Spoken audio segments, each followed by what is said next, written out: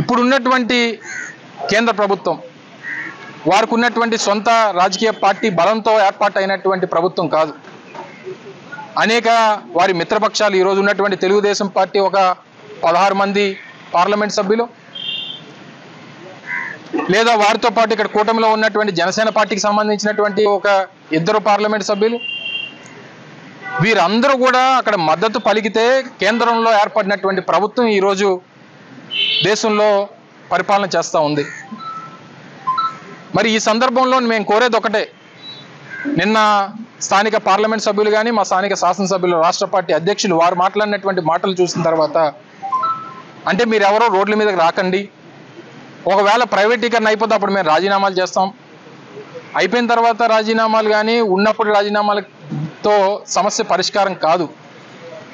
మీరు కానీ మీ పార్టీ అధ్యక్షులు వారు లేదా మీ పార్టీ రాష్ట్ర ముఖ్యమంత్రిగా ఉన్నటువంటి చంద్రబాబు నాయుడు గారు చెప్పాల్సింది ఏంటంటే, మేము ప్రజల తరపున, కార్మికుల తరపున, రాష్ట్ర ప్రజల తరపున వైఎస్ఆర్ కాంగ్రెస్ పార్టీ కోరేది ఒకటే, ఈ ప్లాంట్ ప్రైవేటీకరణ ఆగాలి అంటే చంద్రబాబు నాయుడు గారు కేంద్ర ప్రభుత్వానికి ఒకే ఒక మాట చెప్తే ఇది అవుతుంది.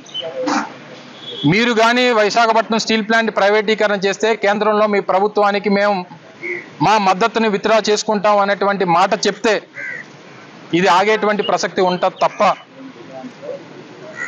అంత అయిపోయిన తర్వాత మేము రాజీనామాలు చేస్తాం, మేము రోడ్ల మీద కూర్చుంటాం, మేము పోరాటాలు చేస్తామంటే ఇది ఆగేది కాదు, జరగదు, జరగబోదు అనేటువంటి విషయాన్ని కూడా ఈ సందర్భంగా మీ ద్వారా తెలియజేస్తూ, వైఎస్ఆర్ కాంగ్రెస్ పార్టీ స్టాండ్ నిన్న కానీ ఈరోజు కానీ రేపు కానీ ఎప్పుడన్నా ఒకటే, ప్రైవేటీకరణకి వైఎస్ఆర్ కాంగ్రెస్ పార్టీ వ్యతిరేకం వ్యతిరేకం వ్యతిరేకం అనేటువంటి విషయాన్ని మొదటి నుంచి చెప్తూ వచ్చాం.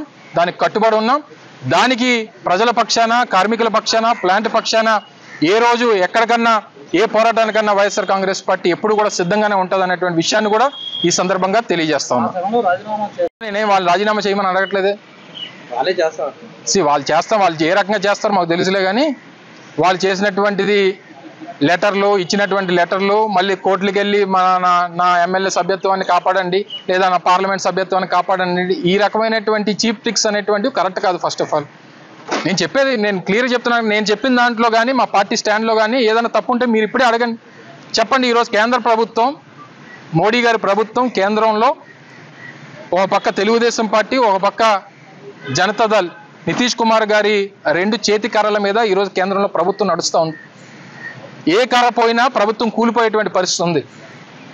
ఇంకో 4 సంవత్సరాలు 9 మాసాలు ఇంకా కాలం ఉంది. ఈ సమయంలో ఇటువంటి హుకుం జారీ చేయాల్సినటువంటి బాధ్యత ఈరోజు రాష్ట్రంలో ఉన్నటువంటి ప్రభుత్వం మీద ఉంది. నిజంగా ఆ రోజు కూడా మా మద్దతుతోనో లేదా మా అవసరంతోనో ఆ రోజు కేంద్రంలో ప్రభుత్వం ఏర్పడి ఉండుంటే డెఫినెట్గా అదే చేసేవాళ్ళం. ఆ మాట జగన్మోహన్ రెడ్డి గారు మొన్న ఎన్నికల్లో చెప్పారు, దానికి ముందు ఎన్నికల్లో కూడా చెప్పారు. సో ఆ రకంగా ఆ మాట చెప్తే ఎందుకు ఆగదని అడుగుతా ఉన్నాం. ఈరోజు 3,000 కోట్లు 2,500 కోట్లు దేనికి ఇస్తామని చెప్పని అంటున్నారు? ఉన్నటువంటి ఎంప్లాయీస్ని తగ్గించడానికి, వాళ్ళకి వీఆర్ఎస్ సెటిల్ చేసి పంపించేయడానికి మీరు డబ్బు సాయం చేయాల్సినటువంటి అవసరం లేదు. ప్లాంట్ని ఏ రకంగా కాపాడాలి, ప్లాంట్ని ఏ రకంగా ప్రైవేటైజ్ కాకుండా చూడాలనేటువంటి దాని మీద ఏదైనా సలహాలు సూచనలు మీరు ఇచ్చుంటేనో, మీరు నిర్ణయాలు చెప్పుంటేనే బాగుండేది అనేటువంటిది మేము చూస్తూ ఉన్నాం. నేను ఆ రోజు కూడా గాజువాక నుంచి పోటీ చేసినప్పుడు కూడా చెప్పా, నిజంగా ఆ రోజు నరేంద్ర మోడీ గారు అనకాపల్లి వచ్చినప్పుడు చెప్పడం జరిగింది. ఆయన రాకముందే చెప్పాం, మీరు మోదీ గారితో ఒక ప్రకటన చేయించండి, వాళ్ళు మేము పోటీ కూడా పడాం, మేము విత్డ్రా అయిపోతాం అనేటువంటి మాట చెప్పాం. ఇది రాజకీయాలకి ఒక 5 సంవత్సరాల పదవి కోసం, ఇంకో దానికోసం ఇన్ని కోట్ల మంది ప్రజల తాలూకు సెంటిమెంట్ అయినటువంటి స్టీల్ ప్లాంట్ని ఏమి చేసినా సరే, ఎంత త్యాగం చేసినా సరే దానికి తక్కువే అనేటువంటి విషయాన్ని మరొకసారి ఈ సందర్భంగా తెలియజేస్తా ఉన్నాం. వైఎస్ఆర్ కాంగ్రెస్ పార్టీ పోరాటానికి ఎప్పుడు మద్దతు పలుకుతూనే ఉంటుంది. దీన్ని కాపాడుకునేటువంటి దానికి మా వరకు ఎంతవరకు వెళ్లాల్సిన అవసరం వచ్చినా అంతవరకు వెళ్తాం అనేటువంటి విషయాన్ని కూడా తెలియజేస్తాం.